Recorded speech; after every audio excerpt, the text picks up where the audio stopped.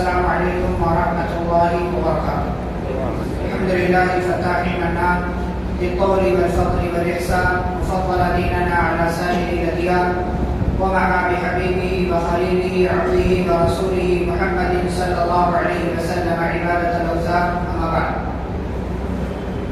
آج کی اس مجلس میں انشاءاللہ ہم قرآن مجید کی 3 سورتوں کا تذکرہ کریں گے: سورۃ النور، سورۃ الفرقان اور سورۃ الشعراء. سب سے پہلی جو سورہ ہے سورۃ النور، سورہ نمبر 24.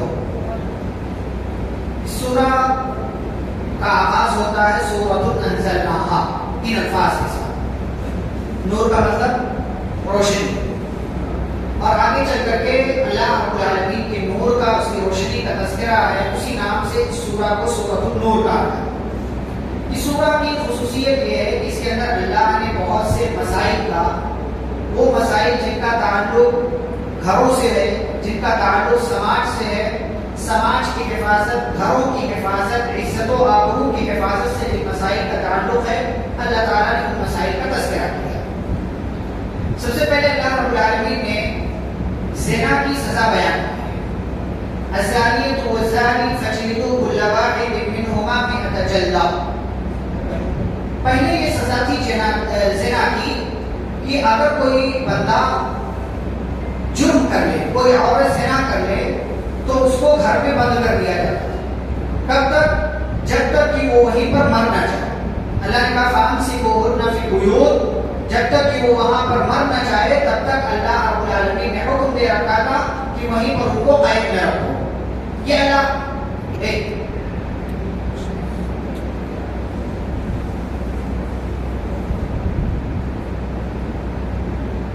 تو اللہ رب العالمین نے یہ سزا رکھی تھی کہ جو عورت مرد زنا کا کام کر لیں تو ان کو کمرے میں بند کر دو یہاں تک کہ ان کا وہیں پر انتقال ہو. پھر بعد میں اللہ رب العالمین نے اس سزا کو ختم کیا اور دوسری سزا بیان کی، اور اس سزا میں شادی شدہ غیر شادی شدہ کے درمیان فرق رکھا. ایک تو یہ کہ اگر کوئی غیر شادی شدہ زنا کر لے، چاہے لڑکا ہو یا لڑکی، تو فرمایا اس کو 100 کوڑے مارے جائیں گے، اس کو 100 کوڑے مارے جائیں گے. اور بعض روایتوں میں ہے کہ 1 سال کے لیے اس کو جلا وطن کر دیا جائے گا، اس علاقے سے بھگا دیا جائے گا. اور اگر شادی شدہ مرد یا شادی شدہ عورت زنا کر لے، اس سے زنا ہو جائے، تو فرمایا کہ اس کو رجم کر دیں گے، پتھر سے مار مار کر ہلاک کر دیں گے. یہ سزا اسلامی شریعت نے بیان کی اور اسلام نے یہ قانون پاس کیا ہے. کیوں؟ تاکہ اس زنا کی سزا کو دیکھ کر کے دوسرے لوگ عبرت حاصل کریں، نصیحت حاصل کریں.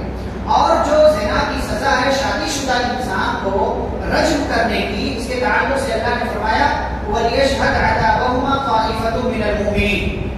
جب زانی کو سزا دی جائے گی تو مومنوں کی ایک جماعت وہاں پر حاضر رہے گی، لوگوں کے سامنے سزا دی جائے گی تاکہ عبرت حاصل کریں. آپ تصور کریں کہ اسلامی قانون ہو، کوئی زنا کرنے والا مرد ہو یا عورت ہو، اس کو زمین میں اس کا آدھا جسم دفن کر دیا جائے، آدھا جسم اس سے کمر کا حصہ اوپر رہے، لوگ پتھروں سے اس کو مارے، وہ چلائے چیخے، اس کے اندر سے آواز آئے، تو لوگ کس طریقے سے عبرت اور نصیحت حاصل نہیں کریں گے؟ اللہ نے فرمایا لوگوں کے سامنے یہ سزا ہو تاکہ پتہ چلے کہ زنا کرنے کی ایک شادی شدہ جس کے پاس جائز طریقہ تھا اپنی خواہش کو پوری کرنے کا، وہ بندہ اگر کسی غیر عورت سے جا کر کے اپنی خواہش کو پوری کرے تو گناہ کرتا ہے، اور ایسی صورت میں اس کو پتھر سے مار مار کر ہلاک کر دیا جائے گا، اس کو ختم کر دیا جائے گا. تو پہلے اللہ رب العالمین نے یہ چیز بیان کیا، زنا کی سزا کا تذکرہ کیا. اس کے بعد دوسرا مسئلہ اللہ نے بیان کیا، فرمایا کسی کی عزت کے ساتھ کھلواڑ کرنا. مثال کے طور پر آپ مجھ پر الزام لگا دیں کہ میں نے کسی لڑکی کے ساتھ جو ہے زنا کیا، مجھ پر الزام لگا دیں، یا کسی لڑکی پر الزام لگا دیں کہ یہ لڑکی زانیہ ہے، اس نے جو ہے فلاں کے ساتھ زنا کیا ہے. تو ایسی صورت میں آپ نے کہہ تو دیا، لیکن 4 گواہ آپ کو پیش کرنے ہیں، 4 گواہ آپ کو پیش کرنے ہیں، اور یہ 4 گواہ ایسے ہوں جنہوں نے اپنی آنکھوں سے دیکھا ہو، اپنی آنکھوں سے. یہ عزت کا معاملہ ہے. اسلام نے عزت کی کتنی حفاظت کی ہے، عزت کا معاملہ. فرمایا کسی کے تعلق سے، چل مثال کے طور پر میں نے کسی لڑکی کو کسی کے ساتھ زنا کرتے ہوئے دیکھ لیا، اپنی کھلی آنکھوں سے دیکھا ہے. اس میں کوئی شک نہیں ہے کہ وہ لڑکی زنا نہیں کر رہی تھی, کوئی شک نہیں, کوئی ڈاؤٹ نہیں. لیکن مجھے اپنے ساتھ 3 اور لوگوں کو پیش کرنا ہے گواہی کے لیے, 3 اور لوگوں کو پیش کرنا. اور اگر میں نے 3 لوگوں کو پیش اور نہیں کیا تو اپنی زبان کو میں بند رکھوں گا. میں نے دیکھا ہے, لیکن چونکہ میرے ساتھ 3 اور گواہ نہیں ہیں, اس لیے میں اپنی زبان کو بند رکھوں گا. میں جا کر کے قاضی جج کے پاس سے نہیں کہوں گا کہ اس لیے لڑکی زانیہ, اس نے زنا کیا. اگر 4 گواہ آپ نے پیش نہیں کیے تو فرمایا فجلدوہم 80 جلدہ, ایسے کو 80 کوڑے مارے جائیں, 80 کوڑے مارے جائیں. ولا تقبلوا لهم شهادة ابدا, اور پھر زندگی بھر کے لیے اس کی گواہی قبول نہیں کی جائے گی. وہ اولئک هم الفاسقون, اور یہ بندہ فاسق و فاجر اور گنہگار شمار کیا جائے. ہاں اگر کوئی توبہ کر لے تو اس کی گواہی بعد میں قبول ہوگی, لیکن یہ سزا ختم نہیں ہوگی, اس کو 80 کوڑے ضرور مارے جائیں. یہ تو عام لوگوں کی بات ہے. اب ایک مرد ہے, یہ ایک اور مسئلہ ہو گیا. کسی کی عزت پر حملہ کرنا, 4 گواہ پیش نہ کرنا, سزا یہ ہے کہ 80 کوڑے مارے جائیں گے. تیسرا مسئلہ جو اللہ نے ذکر کیا کہ اب ایک مرد ہے, اس نے اپنی ہی بیوی کو کسی دوسرے مرد کے ساتھ غلط کام میں دیکھ لیا, لیکن اس کے پاس اس کے علاوہ 3 اور گواہ نہیں, لیکن اس نے دیکھا ہوا, اس نے دیکھا. اب اس کی عزت, اس کی جو ہے غیرت گوارا نہیں کرے گی کہ وہ اس عورت کے ساتھ رہے. تو فرمایا اس مسئلے میں کیا کریں گے؟ تو اس کو لعان کا مسئلہ کہتے ہیں, اس کو لعان کا مسئلہ کہتے ہیں. فرمایا کہ جو لوگ اپنے جوڑوں پر الزام لگائیں, یا اپنے جوڑے کے تعلق سے, یہ بیان بیوی اگر عورت شوہر پر الزام لگائے, شوہر بیوی پر کہے کہ میرے شوہر نے زنا کیا, یا شوہر کہے کہ میری بیوی نے زنا کیا, تو اپنے علاوہ 3 اور گواہ لانا ہے, لیکن اپنے علاوہ کوئی اور 3 گواہ ہے نہیں. تو فرمایا فشہادۃ احدہم 4 شہادات باللہ, اسی ایک کی گواہی کو 4 کی گواہی مانا جائے گا. یعنی اس طریقے سے کہ وہ مرد کہے گا کہ اللہ کی قسم میں نے اپنی بیوی کو غلط کام زنا کرتے ہوئے دیکھا ہے. یہ جملہ وہ 4 مرتبہ دہرائے گا اگر وہ سچا ہے, اور 5ویں مرتبہ کہے گا کہ اگر میں جھوٹا ہوں تو مجھ پر اللہ کی لعنت ہو, مجھ پر اللہ کی لعنت ہو. اسی لیے اس کو لعان کہتے ہیں, لعنت سے نکلا ہوا ہے. اور عورت کے اوپر الزام لگا ہے کہ اس کا شوہر اس کے تعلق سے ایسا کہہ رہا ہے, تو وہ اپنے اوپر سے الزام ہٹانے کے لیے کیا کہے گی؟ اللہ کی قسم میں نے زنا نہیں کیا. اللہ کی قسم کو 4 مرتبہ یہ جملہ کہے گی, اور 5ویں مرتبہ کہے گی کہ اگر میرا شوہر سچا ہے, یا آدمی سچا ہے, تو مجھ پر اللہ کا غضب اور اللہ کی لعنت نازل ہو. یہ چیز اللہ نے کہی. کیوں؟ اس لیے کہ اگر کوئی عورت دیکھ لے اپنے شوہر کو, یا شوہر دیکھ لے اپنی بیوی کو کسی کے ساتھ غلط کام کرتے ہوئے, تو ظاہر سی بات ہے غیرت گوارا نہیں کرے گی کہ اس کے ساتھ رہے, وہ اپنی آگے کی زندگی گزارے. لیکن اب مسئلہ یہ ہے کہ 4 گواہ لانا ہے, تو اپنے علاوہ 3 گواہ اور نہیں ہے. تو کہا کہ بھائی اللہ کی قسم کھا کر کے کہو 4 مرتبہ کہ اللہ کی قسم میں نے دیکھا ہے. یہ جس کے اوپر الزام لگا وہ کہے گا کہ اللہ کی قسم میں نے ایسا نہیں کیا ہے, اور 5ویں مرتبہ کہے گا کہ اگر میں جھوٹا ہوں تو مجھ پر اللہ کی لعنت ہو. اور وہ دوسرا والا جس پر الزام لگا وہ کہے گا کہ اگر میرا شوہر یا میری بیوی سچی ہے تو مجھ پر اللہ کی لعنت ہو. اسی لیے اس کو لعان کہتے ہیں. یہ تیسرا مسئلہ. اب اسی مسئلے کے تحت ایک واقعہ اللہ نے ذکر کیا, اور وہ واقعہ کس کا ہے؟ اما عائشہ رضی اللہ تعالی عنہا, ان پر زنا کا الزام لگا. اس کو واقعے عفق کے نام سے جانا جاتا ہے. عفق کا مطلب ہوتا ہے الٹ دینا, الٹ دینا. اس میں اما عائشہ رضی اللہ تعالی عنہا کی پاک دامنی کو, ان کی عزت کو جو ہے بے عزتی سے الٹ دیا گیا. جو وہ پاک دامن تھی تو ان پر زنا کا الزام لگا کر کے پورے معاملے کو الٹ دیا گیا. یہ واقعہ کب ہوا؟ آپ صلی اللہ علیہ وسلم غزوہ بنو مصطلق سے جو 5 ہجری کے اخیر میں 6 ہجری کے شروع میں ہوئی, آپ صلی اللہ علیہ وسلم واپس آ رہے تھے. راستے میں ایک جگہ پڑاؤ کیا. اما عائشہ رضی اللہ تعالیٰ عنہ اس سفر میں آپ صلی اللہ علیہ وسلم کے ساتھ تھی. وہ جو ہے قضاء حاجت کے لیے گئی, اور وہاں پر ان کا ہار غائب ہو گیا. ان کا ہار غائب ہو گیا جو وہ اپنی بہن سے عالیتاً لے کر کے گئی. ان کا اپنا بھی نہیں تھا. ان کی بہن کون؟ اسما بنت ابو بکر, ان کی بڑی بہن تھی. تو ان سے ہار لے کر کے گئے. ہار غائب ہو گیا. جب واپس آئی جہاں قافلہ تھا, جہاں لوگ تھے, تو ان کو لگا کہ میرا ہار غائب ہوا, تو واپس گئی اور ہار کی تلاش کرنے لگی. ادھر قافلہ چلا گیا, کسی نے نوٹس نہیں کیا. حوض تیار ہوتا ہے, پرانے زمانے میں جیسے ڈولی ہوتی ہے نا, ابھی بھی کہیں چلتی ہے, تو ہودج تیار ہوتا تھا، اسی میں وہ بیٹھتی تھی اور اس ہودج کو اٹھا کر بعض صحابہ جن کی ذمہ داری ہوتی تھی وہ اونٹ پر لاد دیتے تھے. تو چھوٹی سی تھی چونکہ 14-15 سال کی عمر تھی اس وقت، 14-15 سال کی عمر تھی اس وقت، تو ہلکی پھلکی چھڑیرے بدن کی تھی، دبلی پتلی سی تھی اور زیادہ وزن نہیں تھا. تو اٹھا کر کے صحابہ نے رکھ دیا. ان کو احساس نہیں ہوا کہ اس کے اندر اما عائشہ رضی اللہ عنہا ہے کہ نہیں، اور قافلہ چلا گیا. ادھر سے ہاتھ ان کو ملا تو، لیکن ہاتھ جب لے کر کے واپس آئی اس جگہ پر تو دیکھا کہ کوئی ہے ہی نہیں یہاں پر، یہاں کوئی نہیں، قافلہ چلا گیا ہے. وہیں تھوڑی دیر ٹھہری تھی کہ حضرت صفوان بن معطل رضی اللہ تعالیٰ عنہ وہاں پہنچے. یہ کون ہے؟ یہ حضرت صفوان کی ذمہ داری تھی کہ قافلے کا کوئی سامان اگر چھوٹ گیا ہے تو وہ سامان اٹھا کر کے یہ بعد میں پیچھے آئیں گے اور سامان کو لے کر کے آئیں گے اور قافلے سے بھی جائیں گے. جب یہاں یہ پہنچے تو دیکھا کہ اما عائشہ رضی اللہ عنہا. کیسے پہچانا؟ پردے کا رخ نازل ہو گیا تھا، پردے سے ہوتی. ہمارے پاس خواتین کے چہرے کا پردہ نہیں ہوتا، چہرے کا پردہ نہیں، چہرے کا پردہ ہی اصل ہوتا. اما عائشہ رضی اللہ عنہا چہرہ کھول کر کے نہیں کھڑی تھی وہاں کہ انہوں نے جو ہے پہچانا، بلکہ وہ ان کے جسم، ان کے قد و قامت کو دیکھ کر کے پردے کا حکم پہلے سے نازل ہونے سے پہلے دیکھا ہوا تھا. اس لیے اندازہ لگا لیا، ان کو معلوم تھا کہ اس سفر میں اما عائشہ ساتھ میں نبی صلی اللہ علیہ وسلم کے. تو قد و قامت کو دیکھ کر اندازہ لگا لیا کہ یہ اما عائشہ ہیں. تو انہوں نے انا للہ و انا الیہ راجعون پڑھا اور پھر مسئلہ پوچھا کیا مسئلہ ہے. تو انہوں نے بتایا ایسا ایسا معاملہ تھا. بہرحال انہوں نے اپنی سواری پر سوار کیا اور لے جا کر کے پھر قافلے سے مل گئے. اب اس قافلے میں منافقین کا ایک ٹولہ بھی ساتھ میں تھا، ایک ٹولہ بھی ساتھ میں تھا. ان کو جو ہے اچھا موقع ہاتھ لگ گیا. اب مدینہ پہنچتے پہنچتے یہ خبر پھیلا دی گئی، افواہ اڑا دی گئی کہ نعوذ باللہ اما عائشہ رضی اللہ تعالی عنہا نے صفوان بن معطل رضی اللہ تعالی عنہ کے ساتھ جو ہے غلط کام کیا، بدکاری کی. یعنی یہ تنہائی ایسے ہی نہیں تھی بلکہ کچھ نہ کچھ اس کے پیچھے راز ہے. اور یہ خبر گھومتے گھومتے گھومتے اما عائشہ رضی اللہ تعالیٰ عنہ کے پاس تو بعد میں پہنچا، لیکن پورے مدینہ کے اندر پھیل گیا. اور عبداللہ بن ابی جو منافقوں کا سردار تھا، اس نے ماحول ایسا بنایا کہ سارے منافقین تو شامل ہی تھے، 3 صحابہ بھی اس کے اندر شامل ہو گئے. حضرت حمنہ بنت جہش، کون ہے یہ؟ نبی صلی اللہ علیہ وسلم کی سالی ہے، زینب بنت جہش کی بہن. اور ایک ہے مصطح بن اساسہ، ابو بکر صدیق رضی اللہ عنہ کی خالہ زاد بھائی. اور ایک ہے حسان بن ثابت رضی اللہ تعالیٰ عنہ مشہور شاعر رسول. یہ 3 صحابہ، ان میں سے ایک عورت اور 2 مرد، یہ بھی انسان تھے بہرحال. تو ایسا بڑھا چڑھا کر کے پیش کیا گیا کہ لوگوں کو لگا کہ ہاں واقعی اما عائشہ رضی اللہ عنہا سے یہ غلطی ہو گئی ہے. تو یہ صحابہ بھی شامل ہو گئے. ادھر اما عائشہ رضی اللہ عنہا مدینہ پہنچی تو مدینہ پہنچ کر وہ بیمار ہو گئی. وہ پہنچ کر بیمار ہو گئی، ان کو کچھ معلوم نہیں تھا.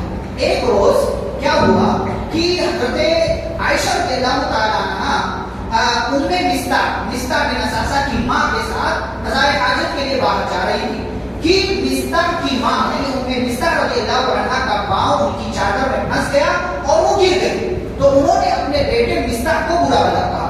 تو حضرت عائشہ رضی اللہ عنہا نے کہا کہ کیا ہوا، کیا مسئلہ، بیٹے کو برا کیوں کہہ رہی ہو؟ تو انہوں نے کہا کہ آپ کو نہیں پتا کیا مسئلہ ہے. تب جا کر کے انہوں نے پورا واقعہ بیان کیا اور کہا کہ میرا بیٹا بھی اس میں شامل ہے، اسی لیے میں نے اپنے بیٹے کو برا کہا.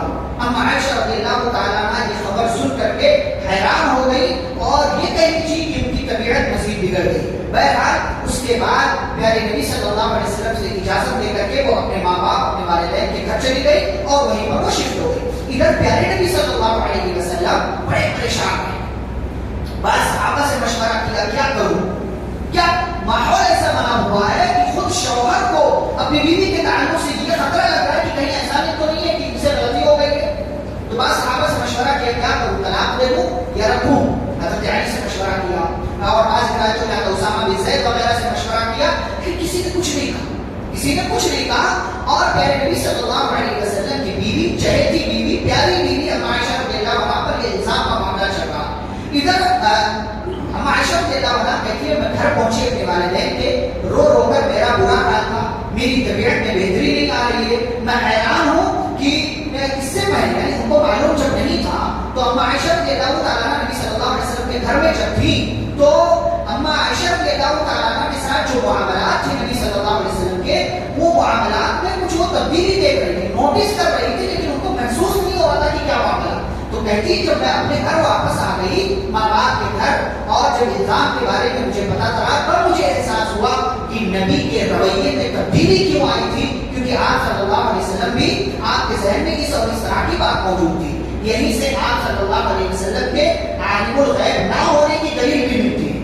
کیونکہ اگر کبھی کوئی علم کا غیب ہوتا، غیب کا علم ہوتا، تو ایسی صورت میں آپ صلی اللہ علیہ وسلم صحابہ سے مشورہ نہیں کرتے کہ کیا کروں کہ نہ کروں. چہیتی بیوی پر الزام لگایا، اگر غیب کا علم ہوتا تو کہتے تھے بھائی ایسا ویسا کچھ کام نہیں ہوا. بہرحال ایک مہینے کا وقت گزرا، پیارے نبی صلی اللہ علیہ وسلم اما عائشہ رضی اللہ تعالیٰ عنہ کے والد ابو بکر صدیق رضی اللہ عنہ کے گھر پر موجود تھے.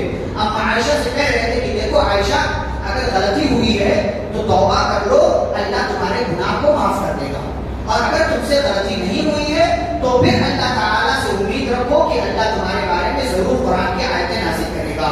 کہتی ہے کہ وہیں آپ صلی اللہ علیہ وسلم بیٹھے ہوئے تھے کہ اسی اسنا میں آپ کے اوپر وحی کی علامت شروع ہوئی کہ اب آپ کے اوپر وحی کا نزول ہو رہا ہے. اور آپ صلی اللہ علیہ وسلم سے جب یہ معاملہ ختم ہوا تو پیارے نبی صلی اللہ علیہ وسلم نے فرمایا عائشہ خوش ہو جاؤ، اللہ نے آسمان سے تمہاری برات، تمہاری پاک دامنی کا اعلان کیا ہے، اور قرآن مجید کی 10 آیتیں اللہ نے نازل کی.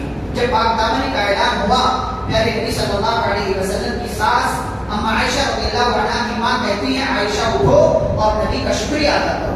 حضرت عائشہ رضی اللہ عنہا کہتی ہیں میں ان کا شکریہ کیوں ادا کروں، میں ان کا شکریہ کیوں ادا کروں، میں مصیبت میں تھی، انہوں نے میرا ساتھ نہیں دیا، میں اس ذات کا شکریہ ادا کروں گی جس نے اس مصیبت کی گھڑی میں میرا ساتھ دیا ہے. اور پھر انہوں نے اللہ رب العالمین کی ناراضگی ہوتی ہے میاں بیوی کے درمیان، اب ان کا شکریہ نہیں ادا کروں گی، انہوں نے تو میرا ساتھ ہی چھوڑ دیا تھا، میرا ساتھ ہی چھوڑ دیا تھا، جس اللہ نے جس رب نے میرا ساتھ کیا میں اس کا شکریہ ادا کروں گی.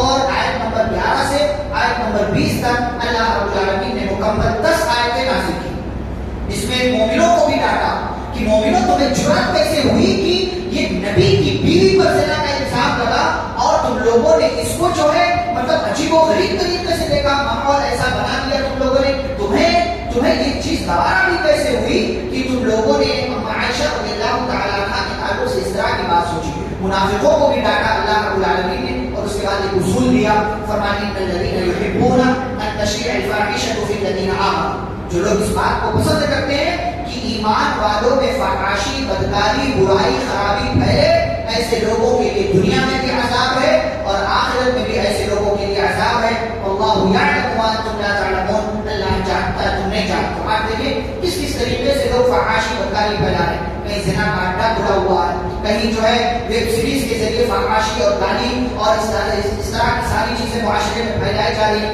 کہیں ڈراموں کے ذریعے، کہیں ناچ گانے کے ذریعے، کہیں میوزک کے ذریعے فحاشی، بدکاری کا پورا سیلاب آیا ہوا ہے، پورا سیلاب آیا ہوا ہے، اور یہ سارے معاملات چل رہے ہیں. تو اللہ نے فرمایا جو لوگ بھی فحاشی، بدکاری کا کاروبار کرتے ہیں، پھیلاتے ہیں ایمان والوں کے درمیان، ایسے لوگوں کے لیے دردناک عذاب ہے. پھر اسی سلسلے کا ایک اور واقعہ ہوا.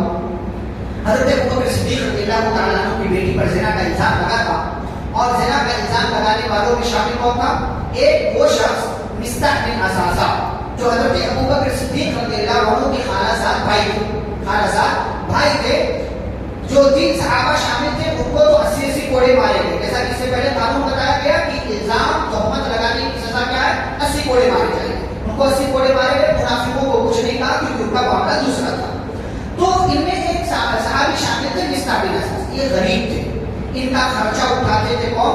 ابو بکر صدیق رضی اللہ عنہ. لیکن جب بیٹی پر زنا کا الزام لگا تو ابو بکر صدیق رضی اللہ عنہ کو بہت برا لگا کہ میری بیٹی پر زنا کا الزام لگا، اور اس میں وہ بندہ بھی شامل ہو گیا جس کا دنیا کے انسان سے خرچہ پانی میں اٹھاتا، جس کی کفالت میں کر رہا. تو کہا آج سے مصطح کا خرچہ پانی پر، آج سے ہاتھ اٹھا لیا، کہا میں اس کی مدد اب نہیں کروں گا.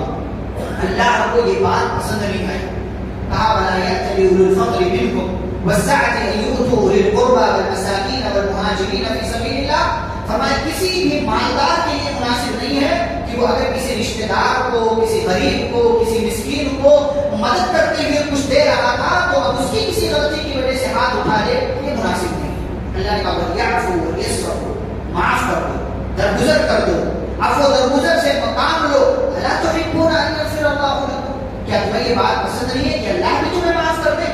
یہ آیت کریمہ اتری، ابو بکر صدیق رضی اللہ عنہ کو معلوم ہوا. فرمایا بھلا انی لأحب، فرمایا کیوں نہیں، مجھے یہ بات پسند ہے کہ اللہ معاف کر دے اور میں مستاق کو معاف کرتا ہوں اور آج کے بعد پھر سے خرچہ پانی دوبارہ سے ان کی کفالت کی ذمہ داری لے رہا ہوں اور آج کے بعد کبھی بھی ان سے اس طریقے کا معاملہ نہیں کروں گا، ہمیشہ ان کے اوپر خرچ کرتا رہوں گا۔ یہ ایمان والے کی پہچان ہے کہ اللہ کا حکم آ گیا، اپنے آپ کو اللہ کے حکم پر قربان کر دیا۔ اپنے آپ کو قربان کر دو، اللہ کے حکم کی قربانی مت دیا کرو۔ آگے جب یہ سارے قانون، زنا کی سزا، تہمت کی سزا، لعان کی سزا، یہ ساری چیزیں اللہ نے اسی پس منظر میں واقعہ ساری باتیں اللہ نے بتا دیا تو فرمایا سماج میں یہ برائیاں ہوتی ہیں، لیکن ان برائیوں کو کنٹرول میں کیسے کر سکتے ہیں؟ آپ اپنے گھروں کا نظام ٹھیک کریں، اپنے گھروں کا نظام ٹھیک کریں۔ لڑکیاں جا کر کے باہر نہیں سیکھتی، لڑکے باہر نہیں سیکھتے، گھر میں سیکھتے ہیں، گھر میں سیکھتے ہیں۔ اور میں کہتا ہوں آج تو برائیوں کا پورا سیلاب آپ کے گھر میں موجود ہے موبائل کی صورت۔ 1.5-2 سال کے بچے نے بھی کسی ننگی عورت کو دیکھ رکھا ہے، جسموں کی نمائش سب لوگ کر رہے ہیں، سارے لوگوں کو ویوز چاہیے۔ آپ کے اس 1.5-2 سال کے بچے نے جس کو کچھ پتا نہیں ہے، اس نے بھی ننگی تصویریں دیکھ رکھی، ننگی ویڈیوز اس نے دیکھ رکھے۔ تو اللہ نے کہا گھروں کا ماحول ٹھیک کرو گے تو پھر باہر کا ماحول ٹھیک رہے گا، گھر کا ماحول ٹھیک نہیں ہوگا تو باہر کا ماحول ٹھیک نہیں ہو سکتا۔ گھر میں موقع نہیں ملے گا تو باہر جا کر کے یہاں وہاں جو غلط کام غلط حرکتیں کریں گے، کیونکہ موبائل میں دیکھ رکھا ہے۔ اب جو موبائل میں دیکھ رکھا ہے اس کو اپنا شوق بنائیں گے، شوق پورا کہاں کریں گے؟ گھر میں نہیں، باہر جا کر کے پورا کریں گے۔ تو کسی دوسرے کے ساتھ، کسی مسلم کے ساتھ، کسی غیر مسلم کے ساتھ، کسی اور کے ساتھ، یہ سارے معاملات۔ اسی لیے اللہ نے کہا گھروں کا ماحول ٹھیک بنانے کے اللہ تعالیٰ نے نصیحت بھی فرمایا۔ پہلے تو کہا کسی دوسرے کے گھر میں مت جاؤ، اور اگر جاؤ تو پرمیشن لو، پرمیشن لیے بنا کسی کے گھر میں داخل مت ہو۔ آج ہمارے یہاں دیکھیں ہم اپنے گھروں میں چچا کے بیٹے کے ساتھ، ماموں کے بیٹے کے ساتھ اپنی بیٹیوں کو بھیج دیتے ہیں۔ محرم ہو،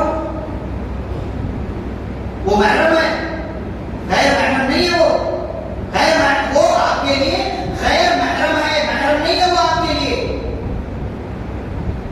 اپنی بیٹیوں کی عزت سے ہمارے والدین خود کھلواڑ کرتے ہیں، بائک پہ بیٹھ کر کے جا رہے، ارے چلتا ہے، کزن ہے، کزن ہے، چلتا ہے۔ جب شریعت میں چلتا والا معاملہ نہیں رہتا تو آپ کون سے معاملات میں دخل اندازی کرتے؟ اور ایسے کتنے کیسز آتے ہیں آپ دیکھیں، آپ تو بڑی اچھی امید لے کر کے کزن کو انٹری دے رہے گھر میں، وہاں دونوں کزن بیٹھے گے، ایک لڑکی ہے ایک لڑکا ہے، وہ کہاں تک پہنچے گے آپ کو اس کا اندازہ بھی نہیں، وہ کہاں تک پہنچے ہوئے آپ کو اس کا اندازہ بھی نہیں ہے۔ کیوں؟ اس لیے کہ ہم نے اپنے گھر کے اندر انٹری دے رکھی ہے۔ اللہ نے فرمایا گھروں کا ماحول ٹھیک کرو، کوئی آئے اس کو جب تک پرمیشن وہ نہ لے اس کو اجازت مت دو، سلام کرے، سلام کر کے داخل ہو، کام ہو جائے، چلو جاؤ جاؤ، تمہیں یہاں تنہائی میں بیٹھ کر کے ہماری بیٹی کے ساتھ، گھر کی خواتین کے ساتھ بیٹھنے کی ضرورت، رشتے داری اپنی جگہ، عزت اپنی جگہ، رشتے داری اپنی جگہ، عزت و احترام اپنی جگہ۔ یہ جو چیز، یہ جب تک معاملہ ٹھیک نہیں ہوگا تب تک ہمارے باہر کے معاملات ٹھیک نہیں ہوں گے۔ تو اللہ نے اصول بیان کیا، آگے پھر اللہ نے اور تعلیم دیتے ہوئے فرمایا قل للمؤمنین یغضوا من ابصارهم، مومنوں سے کہہ دو اپنی نگاہوں کو نیچے رکھیں۔ نیچے رکھنے کا مطلب یہ نہیں ہے کہ سامنے سے گاڑی آ رہی تو ٹھوک کر آ جاؤ، اتنی نگاہ نیچے نہیں رکھنا ہے، مطلب نظر کی حفاظت کرنا ہے، سامنے دیکھ کر چلو، لیکن عورت آ جائے، کوئی اجنبی آ جائے جو ہے چہرہ نیچے نہ کر کے شاپنگ ہو رہی ہے، 1-1 بجے تک باہر خواتین نظر آتی، کیا ضرورت ہے بھائی؟ دن میں شاپنگ کرو۔ اور خواتین بھی کیسے؟ کوئی مرد ساتھ میں نہیں، ساری خاتون جائیں اور بیٹھ کر مست میں دکاندار سے اچھے سے بات ہو رہی ہے، 200-400 روپے کم کرانے کے لیے اس سے اتنی محبت سے بات کریں گے کہ شوہر سے بھی اتنی محبت سے بات نہیں کریں۔ یہ بے غیرتی ہے، بے غیرتی۔ اور اگر مرد ساتھ گیا نا تو صرف ATM بند کر کے جاتا ہے، صرف کریڈٹ کارڈ بند کر کے جاتا ہے، ڈیبٹ کارڈ بند کر کے جاتا ہے، ساری بات چیت عورت کرے گی اور بقیہ پیسے دینے کی بارے جو پیسے دو جی ہو گیا، خرید لیا، پیسے دو، پھر وہ پیسے دیتا، کارڈ نکالتا یا جو ہے آج کل تو بار کوڈ اسکین کرتا، پیسے دیا چلو۔ اور آج کل تو اور آسان ہے بھائی، تم آپ کو جاؤ، جا کر کے وہاں چپ بیٹھے رہتے، ہم عورتیں جائیں گی، فلانے کو بلایا، فلانے کو بلایا، بازو والے کو بلایا، فلانے کے رشتے دار کو بلایا، تو چلو 4-5 خواتین مل کر کے جاتے ہیں, وہاں سے ہم بار کوڈ بھیج دیں گے, پیسے ٹرانسفر کر دینا. یہ بے غیرتی ہے. یہ ایسے مردوں کو اللہ نے دیوس کہا, دیوس. خود آپ جو ہے آپ کی نظروں کے سامنے سے خواتین جا رہے, آپ اجازت دے رہے جاؤ شاپنگ کر کے آؤ, کوئی مرد ساتھ نہیں, کوئی مرد ساتھ نہیں. اور مرد گیا بھی تو بات نہیں کرتا, مرد گیا بھی تو. یہ سارے سسٹم اللہ نے کیوں رکھے؟ ظلم کر رہا ہے. یہ عزتوں کی حفاظت کے لیے, یہ عزتوں کی حفاظت کے لیے. اور وہ جس دکاندار سے نا محبت سے بات کرے, وہ آپ کے پورے جسم کا, پورے باڈی کا اسکین کر لیتا ہے. نظروں میں آپ کو پتہ بھی نہیں چلتا ہے کہ وہ اس کی نیت کیا ہے. یہ شیطان لگا ہوا ہے. اور کتنے تو ایسے ہیں یہاں سے نوسپیس لگا کر کے گئے, وہاں پر جی بہت گرمی, نوسپیس نکال کر بس میں آرام سے کچھ کر سمجھے گا لائف لگا.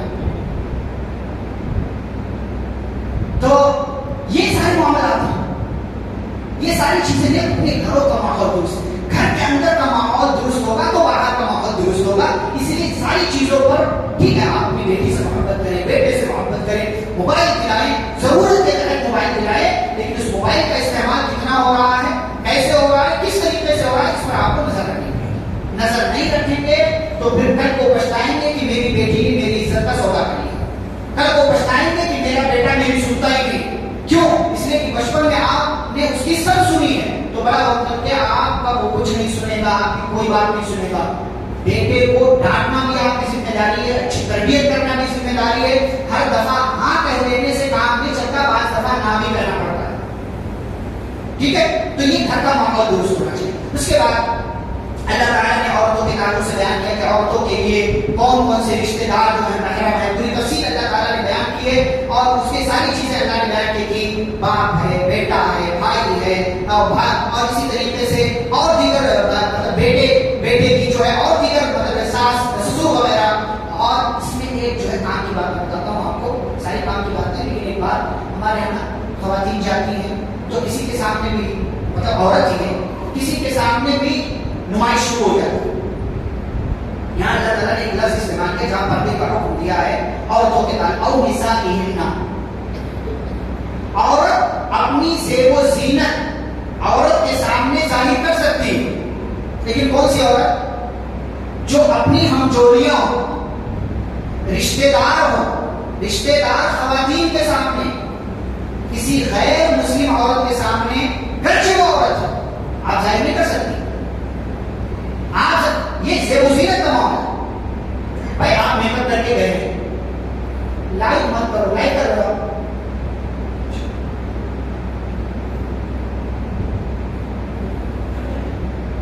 تو یہ دیکھیں, یہ او نسائہن, اللہ رب العالمین یہ بات یہاں پر رکھی ہے کہ اپنی ہمجولیوں کے سامنے اپنی زیب و زینت کو, میک اپ کو ظاہر کر سکتے ہیں, جو ملنے ملانے والی رشتے دار خواتین ہیں.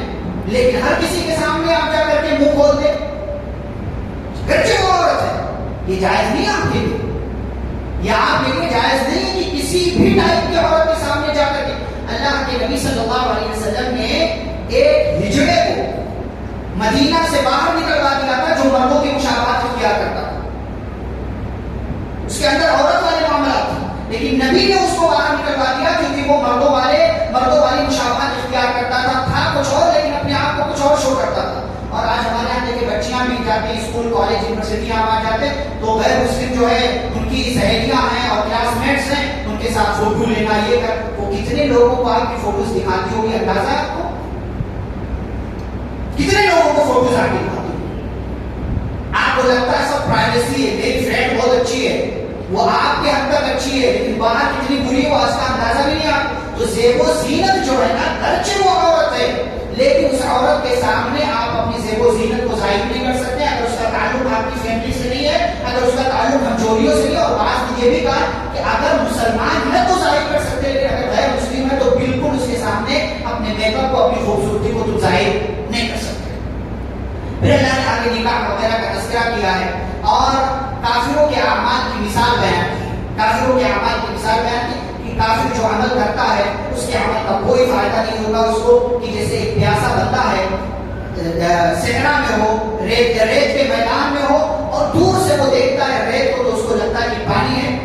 قریب جاتا ہے تو وہ شراب ہے، وہ شراب ہے، پانی نہیں ہوتا. ایسے ہی کافر بھی سمجھتا ہے کہ میرے عمل کا مجھے بہت اچھا بدلہ ملے گا، لیکن پھر آخرت میں اس کو کوئی اچھا بدلہ نہیں ملنے والا ہے، اور ایسی صورت میں اس کا انجام خطرناک ہونے والا.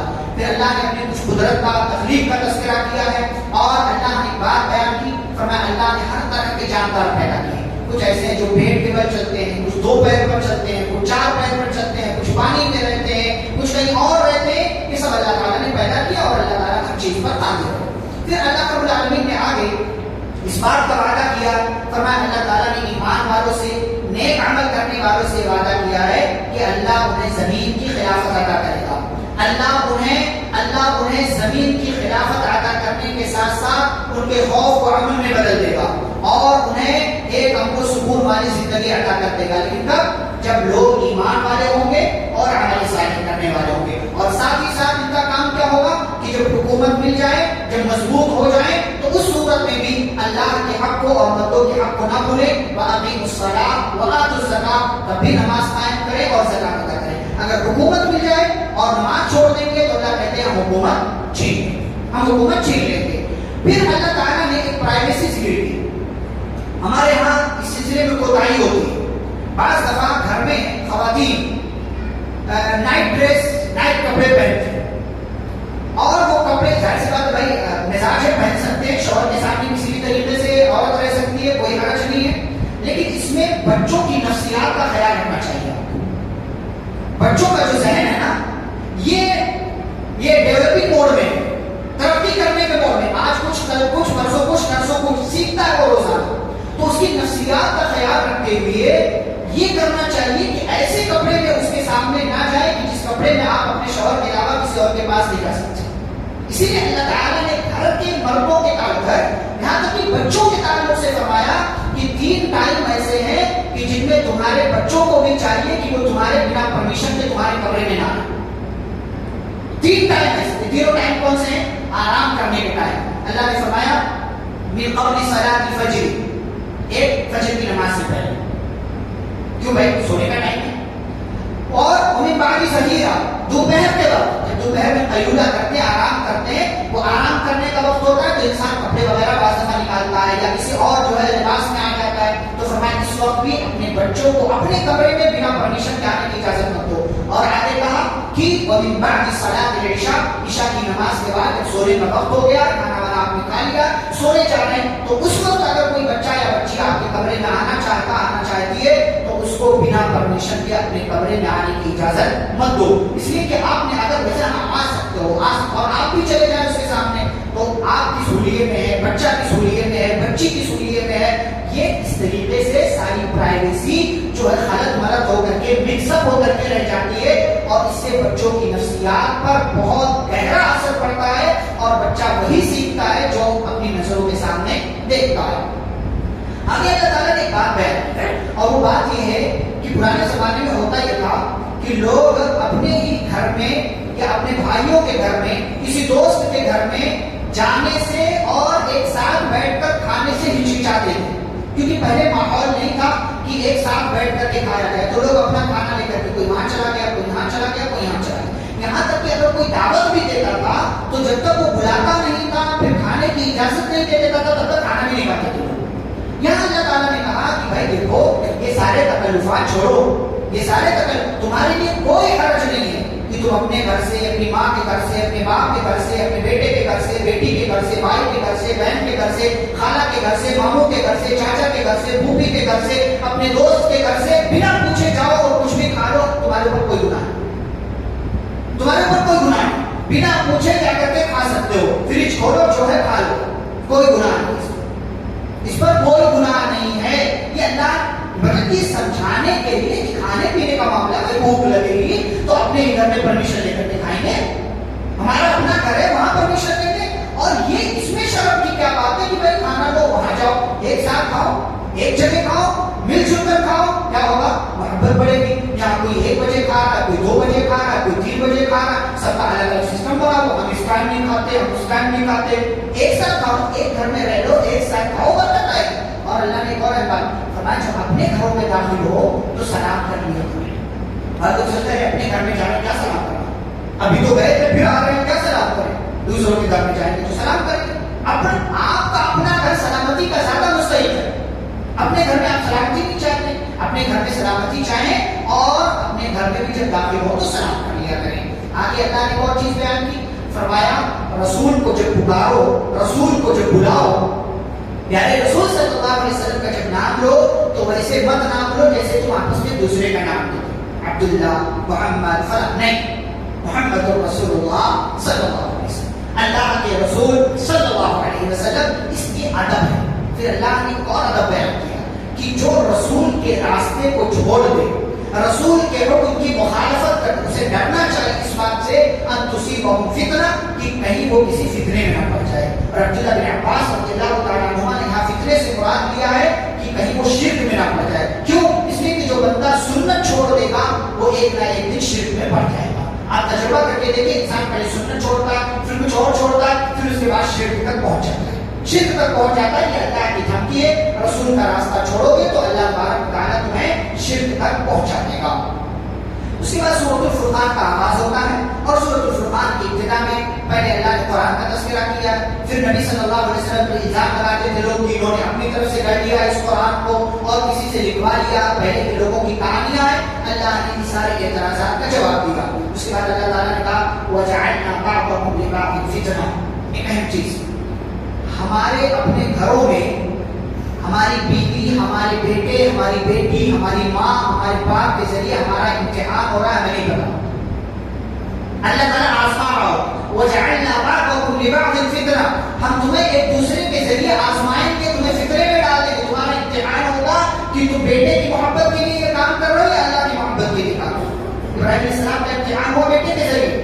بیٹا لمبی مدت کے بعد پیدا ہوا تو اللہ نے کہا ذبح کرو. فتنہ ہے, ہم آپس میں ایک دوسرے کے لیے فتنہ ہے. اسی لیے ہوشیار رہے کہ کہیں ایسا نہ ہو کہ آپ اس فتنے میں پڑ جائیں. ماں کے ذریعے امتحان ہوتا ہے, باپ کے ذریعے امتحان ہوتا ہے, کبھی جو ایموشنل بلیک میلنگ چلتی ہے, کبھی کوئی اور بات کسی کے کہنے کی وجہ سے ہم کسی پر جو ہے ہاتھ اٹھا لیتے ہیں یا کوئی اور معاملات ہو جاتے ہیں. تو سب آزمائش کا دور چل رہا ہے. اس امتحان سے بچنا ہے. کیسے بچنا ہے یہ آپ شریعت اسلامیہ کی تعلیمات کو سیکھ کر اندازہ لگا سکتے ہیں. پیارے رسول صلی اللہ علیہ وسلم کی شکایت اللہ نے ذکر کی ہے کہ اللہ کے رسول صلی اللہ علیہ وسلم قیامت کے لیے شکایت کریں گے. اس کے لیے یا ربی ان قوم اتخذوا هذا القرآن مهجورا, اے اللہ میری قوم نے قرآن چھوڑ دیا تھا.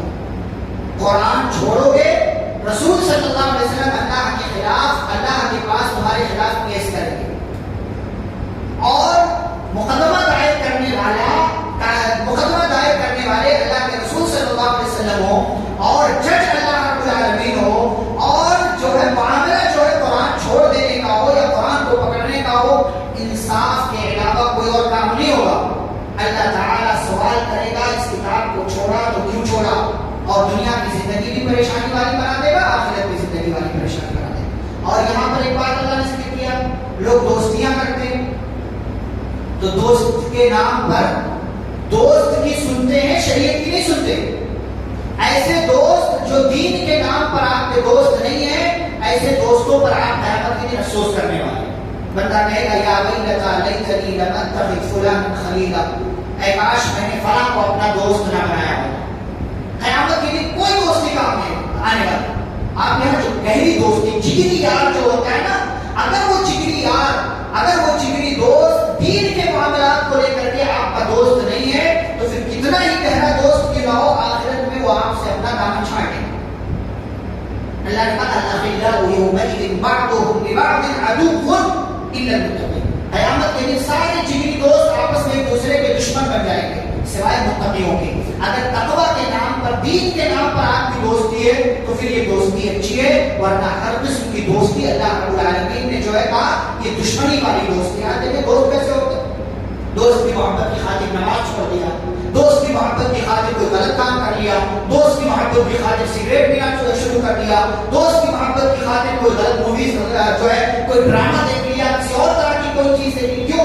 دوست ناراض نہیں ہونا چاہیے. یہی دوست آپ کے لیے وبال جان ہے, یہی دوست آپ کے لیے ہلاکت کا سبب بنے. اور آپ خود کہیں گے کہ اس نے مجھے گمراہ کر دیا تھا, مجھے معلوم تھا کہ سچ کیا ہے, حق کیا ہے, اچھا کیا ہے, برا کیا ہے, باطل کیا ہے, سب معلوم تھا مجھے, لیکن دوست کی وجہ سے میں اس راستے سے ہٹ گیا. موسیٰ علیہ السلام کا، نوح علیہ السلام وغیرہ کا تذکرہ کیا ہے، پھر اپنی کچھ نعمتیں گنوائی ہیں، اور نعمتیں گنوانے کے بعد اللہ نے عباد الرحمن کی صفات بیان کی۔ عباد الرحمن کا مطلب اللہ کے بندے، نیک بندے۔ اللہ نے اپنے نیک بندوں کا تذکرہ، ان کی صفات گنوائی کہ یہ کیا کیا کرتے ہیں۔ سب سے پہلے اللہ نے کہا زمین پر نرمی سے چلتے ہیں، اکڑ کر نہیں چلتے۔ ہمارے جم کرنے والے بچے ہوتے ہیں، دو چار دن جم کر لیا بازو ہلا جاتا ہے، ایسا چلتے ہیں، ایسا چلتے ہیں۔ اور پھر اس کے بعد وہ فل بازو والا کپڑا تو پہنے گا ہی نہیں، فل بازو، اگر تھوڑے سے ڈولے شولے بن گئے تو فل بازو والا کپڑا پہنے گا نہیں، دکھانا بھی ہے نا، یہاں سے انڈا نکل رہا ہے، یہاں سے پتہ نہیں کیا کیا نکل رہا، اور اکڑ کیسے چلتا ہے، پھر وہ ایسے گردن تری رہتی ہے، اس کی سینہ باہر آیا رہتا ہے۔ یہ اللہ کے نیک بندوں کی چال نہیں، اللہ کے نیک بندے نرمی سے چلتے ہیں، اس میں گھمنڈ نہیں، اس میں جو فخر نہیں، اس میں کسی طرح کا اور دکھاوا نہیں کہ دیکھو میری باڈی پر نظر لگتی، بھائی آپ کو نظر لگتی، اس میں آپ کا اپنا نقصان، کسی نے آپ کو دیکھا ماشاء اللہ نہیں کہا تو نظر لگے گی تو آپ کی صحت خراب ہو جائے گی۔ 2 سال جم کیا، سارا کیا کرا جو ہے سب جو ہے آپ نے کیا کرا پانی گر جائے گا، تو آپ کے لیے اللہ رب العالمین نے اصول رکھے کہ اللہ کے نیک بندے نرمی سے چلتے ہیں۔ پہلی دوسری صفت وَإِذَا خَاطَبَهُمُ الْجَاهِلُونَ قَالُوا سَلَامًا، جب کسی نادان سے، کسی جو ہے جاہل قسم کے انسان سے بحث ہو جاتی ہے، ملاقات ہو جاتی ہے، تو بحث نہیں کرتے بلکہ اپنی بات محبت سے رکھ کر سلامتی کے ساتھ نکل جاتے ہیں۔ آگے اللہ تعالیٰ نے کہا کہ وَالَّذِينَ يَبِيتُونَ لِرَبِّهِمْ سُجَّدًا وَقِيَامًا، راتوں کو پوری رات سوئے پڑے نہیں رہتے یا پوری رات موبائل میں نہیں لگے رہتے، بلکہ راتوں کو اٹھ کر اللہ تعالیٰ کی عبادت کرتے ہیں، قیام کرتے ہیں، سجدے کرتے ہیں، نماز پڑھتے ہیں، دعائیں کرتے ہیں، اذکار کرتے ہیں، یہ ان کی صفت ہے۔ آگے کہا کہ یہ جہنم سے اللہ کی پناہ مانگتے ہیں، ربنا اصرف عنا عذاب جہنم، اے ہمارے رب ہمیں جہنم کے عذاب سے بچا لے، انہا ساءت مستقرا و مقاما، فرمایا کہ جہنم کا عذاب بوجھ ہے اور ہمیں جو گرا دے گا، بوجھ کیسا ہوتا ہے، گرا دیتا، ایسے جہنم کا عذاب ہمیں گرا دینے والا۔ آگے کہا اللہ کے بندے وہ ہیں جو خرچ کرتے ہیں تو نہ فضول خرچی کرتے ہیں نہ ہی کنجوسی کرتے ہیں، دونوں کے درمیان رہتے ہیں، جو اللہ کے علاوہ کسی اور کی عبادت نہیں کرتے، جو کسی کو ناحق قتل نہیں کرتے، جو زنا نہیں کرتے۔ آگے کہا والذین لا یشهدون الزور، جو جھوٹی گواہی نہیں دیتے، وَإِذَا مَرُّوا بِاللَّغْوِ مَرُّوا كِرَامًا، کسی جو ہے یعنی فالتو بیکار چیز کے پاس کھڑے نہیں رہ جاتے۔ ہمارے یہاں دیکھیں کہیں کوئی تماشا لگا ہو تو ہم کھڑے ہو کر دیکھنے لگتے ہیں، کیا فائدہ اس کا؟ یہ اللہ کے نیک بندوں کی صفت نہیں۔ کہیں کوئی کام چل رہا ہو تو وہاں ابھی ہم کوئی شوٹنگ چل رہی ہو کسی فلم کی، لوگ کھڑے ہو جائیں گے، ٹائم نکل آئے گا بیٹوں کے پاس، 1.5-2 گھنٹے کا ٹائم آرام سے نکل جاتا ہے، اللہ کے لیے ٹائم نہیں نکلتا، پھر وہاں کامیاب نہیں رہ جاتا۔ نیک بندوں کی صفت کیا ہے؟ کوئی بھی غلط چیز نہیں چل رہی ہو نہیں ٹھہرتے، وہاں پہ آرام سے گزر جاتے ہیں۔ وہی والذین اذا ذکروا بآیات ربہم، اور ایک صفت اللہ نے بیان کی کہ جب انہیں نصیحت کی جاتی ہے رب کی آیتوں کے ذریعے تو بس اندھے گونگے بہرے بن کر کے ٹوٹ نہیں پڑتے بلکہ سمجھتے ہیں، اس کو کہا کیا جا رہا ہے، بولا کیا جا رہا ہے، سمجھایا کیا جا رہا ہے۔ اور آخری صفت اللہ نے بیان کی کہ یہ دعا کرتے ہیں اپنے لیے، اپنی فیملی کے لیے، ربنا هب لنا من ازواجنا وذرياتنا قرة اعين، اے اللہ ہماری بیوی کو، ہماری اولاد کو، ہمارے خاندان کو ہماری آنکھوں کی ٹھنڈک بنا دے، وجعلنا للمتقین اماما، اور اللہ کو ہمیں متقیوں کا امام بنا۔ یہ صفات ذکر کرنے کے بعد اللہ فرماتے ہیں اولئک یجزون الغرفہ، یہی وہ لوگ ہیں جنہیں کمرہ بدلے میں دیا جائے گا، کمرہ بدلے میں دیا جائے گا، جنت جنہیں دی جائے گی، کیوں؟ بما صبروا، ان کے صبر کی وجہ سے، اور وہ جنت میں ہمیشہ ہمیشہ یہ رہیں گے۔ پھر آگے اللہ فرماتے ہیں قل ما یعبأ بکم ربی لولا دعاؤکم، آپ کہہ دیجئے اگر تمہاری دعائیں نہ ہوں تو میرا رب تمہاری پرواہ نہ کرے۔ دعا مانگتے رہو، اللہ تمہارا رب تمہارا مالک تمہاری پرواہ کرے گا، تمہاری ضرورتوں کا خیال رکھے گا اور تمہیں اپنی نگاہ میں رکھ کر کے تمہاری حفاظت کرتا رہے گا۔ اس کے بعد سورۃ الشعراء کا آغاز ہوتا ہے۔ سورۃ الشعراء یہ وہ سورہ ہے جس میں آگے چل کر کے اللہ نے شاعروں کا تذکرہ کیا ہے، اور ابتدا میں اللہ نے کئی پیغمبروں کا تذکرہ کیا، موسیٰ علیہ السلام، ابراہیم علیہ السلام، اور حضرت نوح علیہ السلام، حضرت ہود علیہ السلام، صالح علیہ السلام، لوط علیہ السلام، شعیب علیہ السلام، یہ مختلف نبیوں کا اللہ نے تذکرہ کیا، ہم سارے لوگوں کا تذکرہ کر چکے ہیں۔ یہاں ایک بات کیا ہے، اللہ تعالیٰ نے جب نبیوں کا تذکرہ کیا نا تو فرمایا ان فی ذلک لآیۃ، بار بار آپ کو یہ آیت ملے گی اس میں نشانی ہے، اس میں نشانی ہے، اس میں نشانی ہے، لیکن اکثر لوگ ایمان لانے والے نہیں ہیں۔ اللہ تعالیٰ نے فرمایا کہ واقعہ پڑھو، نشانی ہے، سمجھو کیا کہا جا رہا ہے، لیکن اس کے باوجود بھی اکثر لوگ ایمان نہیں لاتے ہیں۔ لیکن رب کا معاملہ کیا ہے؟ ایمان لاؤ نہیں لاؤ، اس سے اللہ تبارک و تعالیٰ کی ذات پر کوئی فرق نہیں پڑتا۔ اللہ تو غالب ہے اور اس کے باوجود وہ اللہ تعالیٰ رحم کرنے والا ہے۔ موسیٰ علیہ السلام کے تعلق سے ایک بات اللہ نے یہاں ذکر کی ہے کہ جب اللہ نے یہ فیصلہ کیا کہ فرعون پر عذاب نازل کرنا ہے اور فرعون کو جو ہے ختم کر دینا ہے، تو اللہ نے موسیٰ علیہ السلام سے کہا بنی اسرائیل کو لے کر کے آپ راتوں رات نکل جائیے اور آپ کا پیچھا کیا جائے گا۔ موسیٰ علیہ السلام لے کر کے نکلے، فرعون کو بھی پتا چلا تو فرعون اپنی پوری فوج کے ساتھ موسیٰ علیہ السلام کے پیچھے نکلا پکڑنے کے لیے، اور اپنا پورا محل، پوری بادشاہت، پوری حکومت، کھیت، سارے باغات سب وہیں چھوڑ کر کے اور اپنی موت کی طرف یہ لوگ بڑھنے لگے۔ اللہ تعالیٰ نے کہا اب جب موسیٰ علیہ السلام دریا کے پاس اپنی فوج کو لے کر کے پہنچے تو لوگوں نے، بنی اسرائیل کے لوگوں نے دیکھا کہ سامنے دریا ہے اور پیچھے سے جو ہے فرعون کا لشکر آ رہا ہے، پیچھے سے فرعون کا لشکر آ رہا ہے، تو گھبرا گئے اور گھبرا کر کے کیا کہا؟ انا لمدرکون، انا لمدرکون، ہم پکڑ لیے گئے، اب ہمارا کچھ نہیں ہو سکتا، ہم مار دیے جائیں گے۔ لیکن جس کا ایمان اللہ پر ہو وہ ایسے حالات سے بھی نہیں گھبرا، دیکھ رہا ہے وہ کہ ہر بچنے کا کوئی امکان نہیں، لیکن اسے اللہ رکھے اسے پہنچے، اور اللہ تعالیٰ ہر چیز پر قادر ہے۔ موسیٰ علیہ السلام نے بنی اسرائیل کو جب دیکھا کہ یہ کہہ رہے کہ ہم پکڑ لیے جائیں گے، موسیٰ علیہ السلام نے اسی یقین ایمان کے ساتھ کہا کلا، کلا کا مطلب ہرگز نہیں، کبھی نہیں، ان معی ربی، میرے ساتھ میرا رب ہے، اور جس کے ساتھ رب ہو اللہ اس کے لیے راستے نکالتا ہے، سیاحین، اور میرا رب مجھے بہت جلد کوئی راستہ دکھائے گا۔ اور یہ بات ہوئی ایمان، یقین، دعا مانگے تو یقین سے مانگے، دعا کرے پورے ایمان، پورے یقین کی قوت کے ساتھ مانگے۔ موسیٰ علیہ السلام نے یہ یقین دکھایا اللہ پر، تو اللہ نے کہا موسیٰ اضرب بعصاک البحر، اپنی لاٹھی سمندر کے پانی پر ماریے۔ موسیٰ علیہ السلام نے مارا، فانفلق، راستہ بن گیا، پانی پھٹ گیا، فکان کل فرق کالطود العظیم، اللہ نے فرمایا جب راستہ بنا تو ہر راستہ ایسے بن گیا جیسے بہت لمبا چوڑا کوئی راستہ ہو، کوئی ہائی وے ہو، کوئی 4 لین روڈ ہو کہ آپ آرام سے نکل جائیں، چاہے آپ کے پاس گاڑی ہو چاہے نہ ہو، جس طریقے سے چاہے نکل، میں سمجھانے کے لیے آپ کو کہہ۔ اور اس کے بعد اللہ کہتے ہیں وَأَنجَيْنَا مُوسَىٰ وَمَن مَّعَهُ أَجْمَعِينَ، راستہ بنا، موسیٰ علیہ السلام کو ہم نے بچا لیا، ان کے ساتھیوں کو بچا لیا، ثُمَّ أَغْرَقْنَا الْآخَرِينَ، ثُمَّ أَغْرَقْنَا الْآخَرِينَ، اور اللہ کہتے ہیں پھر دوسرے لوگوں کو ہم نے اسی میں غرق کر دیا، ڈبا دیا۔ یہاں 2 بات، ایک بات بعض دفعہ کیا ہوتا ہے کہ ہم جس راستے کو اپنے لیے ہلاکت کا راستہ سمجھ رہے ہوتے ہیں وہی ہمارے لیے نجات کا راستہ ہوتا ہے، وہی ہمارے لیے نجات کا راستہ۔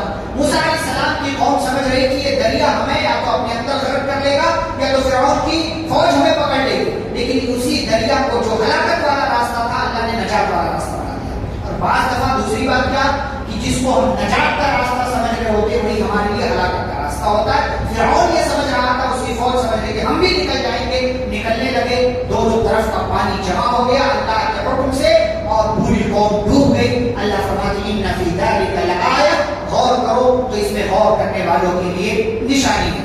ابراہیم علیہ السلام کا اللہ نے تذکرہ کیا، ابراہیم علیہ السلام کے تعلق سے اہم بات اللہ نے یہاں بیان کی ہے۔ دیکھیں ہمیں نعمت دینے والا کون ہے؟ اللہ۔ بیماری کس کی طرف سے آتی ہے؟